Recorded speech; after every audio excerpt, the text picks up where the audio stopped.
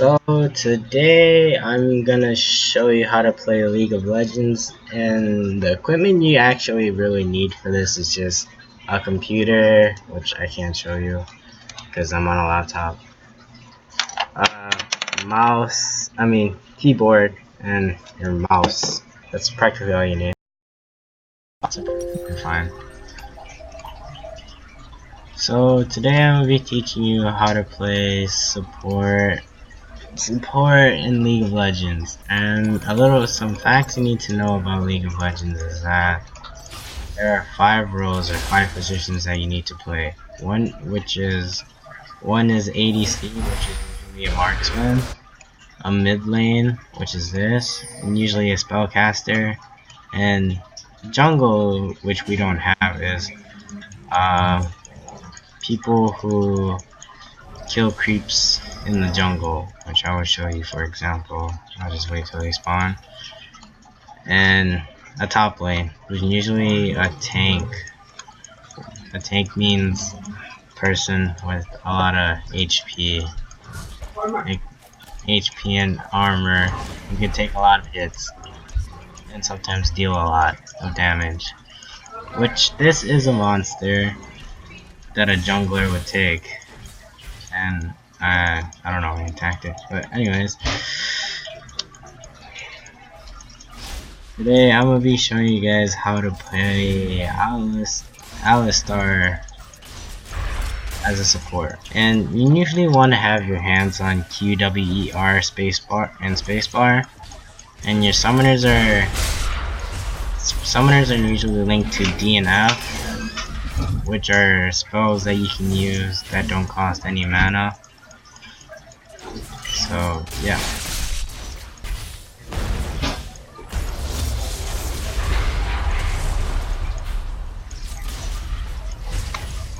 And just enjoy the play. A new combo that you want to do is WQ champion. Really quickly, you want to make sure your W actually hits them. And as a support, you don't really want to take any camps, any creeps, minions, or what are these, and you don't want to take any of their kills, because as a support you don't dish a lot of damage. Another fact. And also, every character has a different style of playing. Mine is usually a tank, so I would have to go in first and peel, which means not let anyone get close to my marksman. Just want to keep healing people. And when you think it's ready to hit, to go in on something, you want to just go in, go with your gut. So you want to hit with the WQ. But that didn't work because I got black shield. Try again. Another good thing as a support is to poke the champions now. Poking means dealing a little amount of damage a little at a time, so they are low enough for you to go all in and destroy them.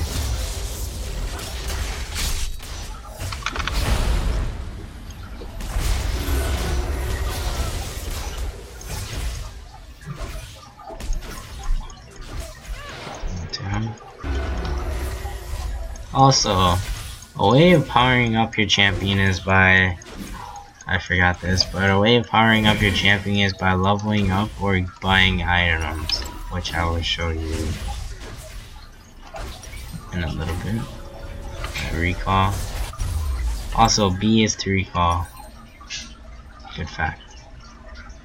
Buying items are what boost your stats, and you need stat boost to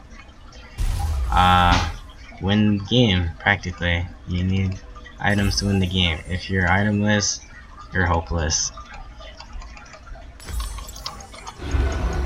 Oh, and also, if you don't know what to buy, you should probably go with the recommended stuff, but if you start to get used to the champion and know what to get, you can go off search items and build whatever you like, or just do it at the first place. Whatever you like is fine.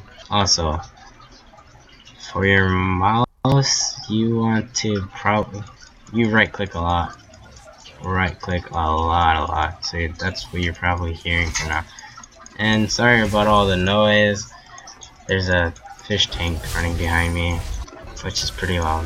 When there's no one usually in your lane, you can probably gank other people. A gank is where you just show up in other people's lanes and try to help them kill their champions. Okay.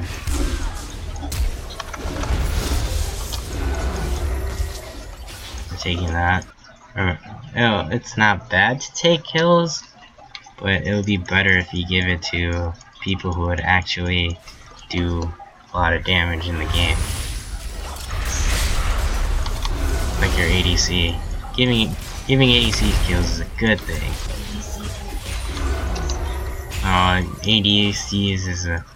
ADC is a attack damage marksman, but not. Yeah. Well, AP carries are the mid lane, the casters of the game. Usually casters of the game. There are some people who go AD champions in the mid lane, but that's perfectly fine too.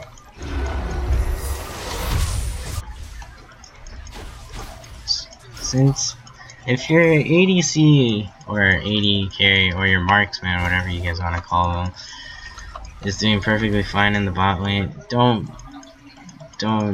be scared to gank other lanes again.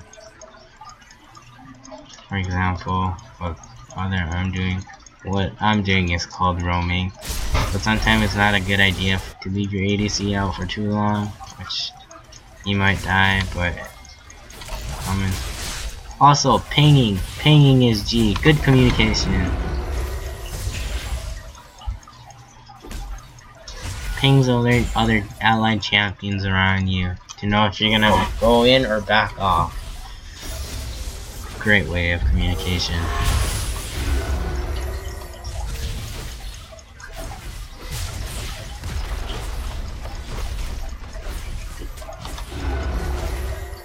Also, towers are a big thing in this game. Towers dish a lot of damage if you're taking it solo, and if they're really hard to kill. But if you have these little guys right here, minions on your side, your towers will attack them, will aim at them before they aim at you, so don't be scared. But if try to attack an enemy champion under a tower, you would get targeted by it and take some damage, quite some damage.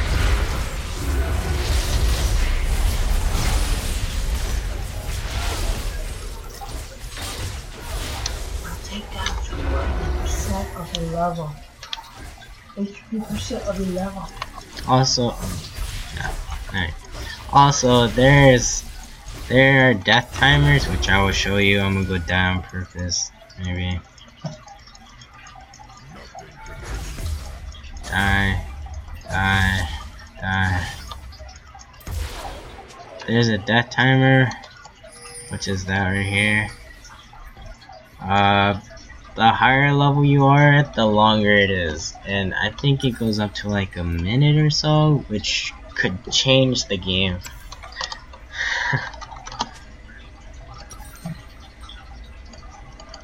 If you die or not during late game, which makes the game really interesting. But don't die on purpose. Not a good thing.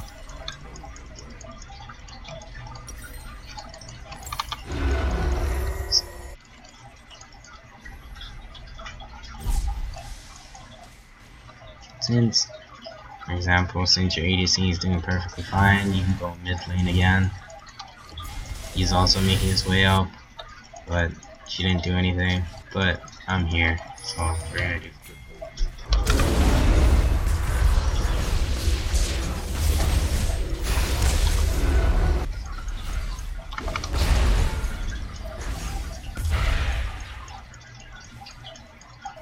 Oh, that shows you a good example of attacking people. Attacking other champions. Then enemy champions in the fauna and would give you aimed at by a tower, which you would get hit. Also, another fun fact of the game, you want map awareness in your game.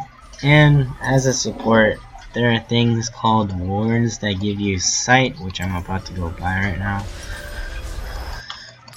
Gives you sight. You want to place them in dark areas, like right here. If you do not have wards here, you can't see any what is it called? Enemy champions coming from a game, which might cause you to die. It's called Fog of War. Yeah. In League it's called Fog of War, or just warding war. It doesn't matter. It's up to you to call it whatever you like. Yeah. Also, you have active items on your character which could give you a power boost or just make you give you a power boost practically. For example, you can put on these numbers as like 1, 2, 3, 4, 5, and it goes to 6. It goes to 6 or 7. And it gives you power-ups. For like example, I can give this guy a shield, and that counts as it's called an active. As a support, you want to be beefy so you can take tower hits. For example, is what I was doing right there. And having a lot of armor will help you do that. Being a beefy support is usually a good thing. Oh, but anyways, that's practically all you need to know about playing League of Legends as a support. I hope you enjoyed my video. To have good sportsmanship, you can usually say GG at the end of the game, but these are bots so they won't understand anything. Yeah.